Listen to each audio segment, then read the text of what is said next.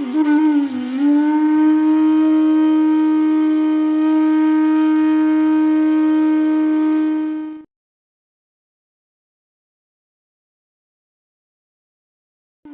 આપણે આપણો ભાઈબંધ ગામડે રહેતો હોય અને આપણે એમ કે ક્યાંય હવા ફેર કરવા તારે કોઈ દવાની જરૂર નહીં પડે,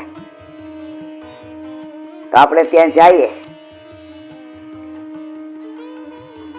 હવે 2-4 દી ના બદલે મહિનો રોકાય, વગર દવાએ તબિયત સારી થઈ જાય. હવા પાણી ચોખ્ખા, ગાયનું દોયેલું દૂધ ઘૈયાવાળું, નદીનું ચોખ્ખું પાણી, એના ખેતરના શાકભાજી અને એના ખેતરના ઘઉં નહીં, અને ચૂલે બનાવે રોટલા. હવે અહીંયા આપણે ડોક્ટરની દવા લેતા હોઈએ, ઇન્જેક્શન લેતા હોઈએ. હમણાં એક વૈષ્ણવ આવ્યા એમ કહેતા, એટલે એ વૈષ્ણવ એવું કહેતા, ટીલાબેન મને 86 વર્ષ છે,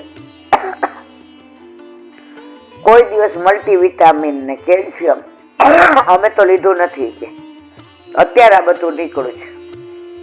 હવે મારે જે વાત કરવી તે આ છે કે ગામડામાં ગયા, બધી દવા બંધ.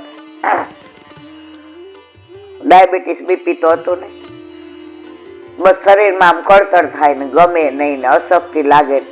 ડોક્ટરોએ કેટલી દવા કરી પણ મેળ ન પડ્યો. હવે ત્યાં ગામમાં સાંજ પડે એટલે બધા ભેગા થાય ને ખાટલે બેહીને બધી વાતો કરીએ. તો ત્યાં મહિનો રોકાણા, તબિયત અહીં આવ્યા તો ઓહો થઈ ગઈ, સરસ થઈ ગઈ. હતું કોનું ઘર? ભાઈબંધનો. જો વેવાય વેલા ઘરે જાઓ, સાસરીમાં જાઓ તો તમને સંકોચ થાય. વગર દવાએ, કારણ મિત્ર હતો. તો આપણા ઠાકોરજી તો આપણા અલૌકિક મિત્ર છે, આપણા અલૌકિક સખા છે. તો આ 40 દિવસ આપણે જેટલું એની આરે તોફાન વસી, એને રંગો હોય, એને ગાળો દેવી હોય, એને ધાણી ધરાવીએ ને ખજૂરે ધરાવીએ, ભગવામાં મન થાય ધરાવીએ, અને ઠાકોરજી આપણને અનુકૂળ, આપણે એને અનુકૂળ નહીં. એવા 40 દિવસો. હવે જુઓ કેટલા બધા વયા ગયા ખબર પડી. કારણ મિત્રને ત્યાં તમે જેટલા રહ્યો ને એ દિવસો પાણીના રેલાની માફક જાય. એમ અહીંયા પણ ઠાકોરજી 40 દિવસ એક સેકન્ડ એવી જતી રહે છે કે ખબર નથી પડતી. બાપુજી કાયમ અમે બેઠા હોય તો એક વાક્ય બોલે, ઈલા કળિયુગના પોણિયા વર્ષ જાતા વાર નથી લાગતી. ત્યારે બહુ સમજણ નહોતા પડતા, કારણ કે ઓલા પરણી નાનપણમાં આવ્યા હતા. પછી હું સામું જોઉં ને એટલે મારી આંખમાં આશ્ચર્ય હોય. એટલે બાપુજી કે બેટા, સતયુગમાં એક દિવસ વર્ષ જેવડો લાગે અને કળિયુગમાં એક વર્ષ દિવસ જેવડો લાગે. એને કહેવાય પોણિયા વર્ષ. તો ભાઈબંધને ત્યાં જાય ને ક્યાં સમય વયો જાય ખબર ન પડે. કયા સાચી વાત છે. તો આ 40 દિવસ પણ એક રસિયામાં ભાવ ભર્યો છે. પેલો એક છે શ્રીનાથજીના પાટોત્સવથી શેનમાં કલ્યાણ રાગમાં આ કીર્તન આવે, શ્રી ગોવર્ધન રાય લાલા તિહારે ચંચળ નયન વિસારા તો પિસોઈ રહી બ્રજ બાલા. હવે કીર્તનનો ભાવ તો બહુ સરસ છે, પણ આ હોળીના દિવસોમાં 2-3 કલાક નથી કેવો, પણ 5 મિનિટમાં એનો ભાવ, કે અત્યારના કીર્તનોમાં કેવા ભાવ ભર્યા છે, એ રસિયામાં એવો ભાવ. આ 40 દિવસ તમે જેને કહેવાય ને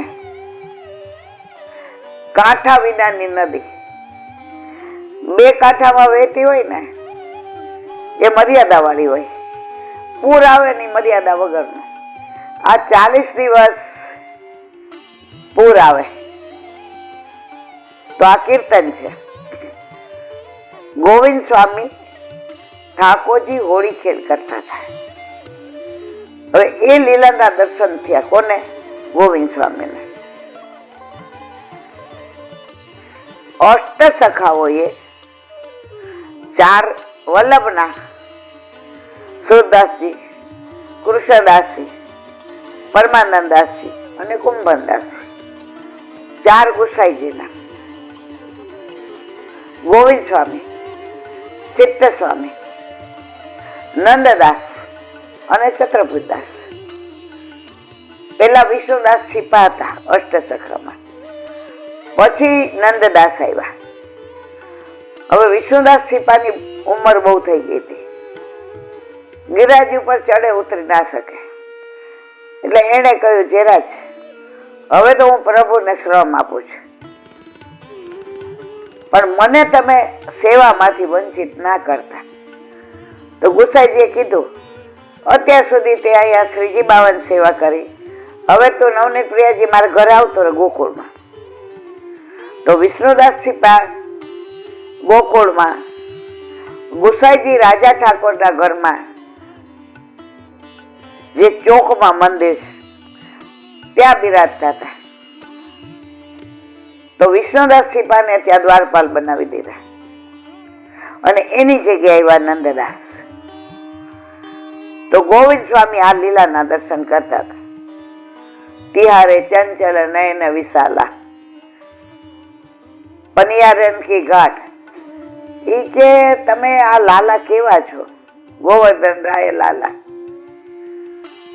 તમારા નયન વિશાળ, તમારી છટા. ઓલું એક બાકે બિહાર, બાકે બિહારી, એક મિનિટ. તો અહીંયા એમની એવી આમ અદા. તો પનિહારી પાણી ભરવા જાય તો ગોવિંદ સ્વામી દર્શન થાય છે. ગાગર ઢોરી શીસતે કોઈ ભરન ન પાવે વાત. જેટલા જાય એની ગાગર ઢોળી નાખે ને કા ફોડી નાખે. હવે હોળીના દિવસો એટલે કોઈ બોલી ના શકે. હવે બધા વિચાર કર્યો, કરવું શું? રસ્તામાં આડા ઉભા રહી જાય, જાતા હોય ઘૂંઘટ તાણીને તો ઘૂંઘટ ખોલીને મોઢું જોઈ લે. હવે સામનેજીએ જોયું કે પ્રભુ આ હોળીના દિવસોમાં તો બહુ ખેલ કરે. જો હોળી ખેલ, વિવાહ ખેલ, પ્રભુને મન આ રમત છે. ખેલ એટલે રમત. નાના હતા ત્યારે આપણે ઢીંગળી પોતિયાને ખેલ કરતા. એમાં એક જણ વર બને ને એક જણ વહુ બને. હવે ત્યારે રમતા ત્યારે કોણ વર ને કોણ વહુ બનતું તું ખબર નહોતી પડતી. એમ ઠાકોરજી આ બધા વિવાહ ખેલ, હોળી ખેલ કરે. હવે સામે જે વિચાર કર્યો કે આ બધાને આવું કરે છે, હવે મારે કઈ કરવું પડશે. અને ઠાકોરજી કોઈ ઝપટમાં જ ન આવે, છટકી જાય, કદમના વૃક્ષ ઉપર ચડી જાય, નંદ બાવાની ડેલીમાં વયા જાય, યશોદાજીના પલ્લુમાં છુપાઈ જાય, નંદ બાવાની આંગળી પકડી લે, જાણ કશું થયું જ નથી. એક દિવસ જયારે આ ગોવિંદ સ્વામી આ લીલાના દર્શન કરતા હતા, હવે ઠાકોરજી આજે આમ બેઠા હતા અને ઓલા જે ઘડો લઈને બધા ઉપર ચડાવતા હતા અને આ ઢોળી નાખ્યા હતા. પાછળથી સામે જે આવ્યા, બરાબર રંગ કર્યો. શેમાં? હથેળીમાં, હાથમાં. આવી પાછળથી એવા ભયરા મોઢું દેખાય નહીં કે ઠાકોરજી છે કે બીજું કોઈ છે. હવે આ લીલાના દર્શન ગોવિંદ સ્વામી ને થયા અને સામનેથી ભાગી ગયા. રાતે જો ભાજ ગઈ. હવે ગોવિંદ સ્વામી ચૂપ થઈ ગયા. ગુસાઈજીએ જોયું કે ગોવિંદાને આ લીલાના દર્શન થયા છે, એ તન્મય થઈ ગયો છે, હવે દેહાનું ભાન નથી. હવે રાધાજી ભાગી ગયા લટ ઓલા કરીને, એટલે કીર્તન ત્યાં અટકી ગયું. ત્યારે ગુસાઈજીએ કહ્યું, છેલ્લી બે લીટી ગુસાઈજીએ પૂરી કરી. યહ સંગ હોરી ખેલ કે ગિરધર લાલ લપટાય. ગોવિંદ સ્વામી, ગોવિંદ સંગ.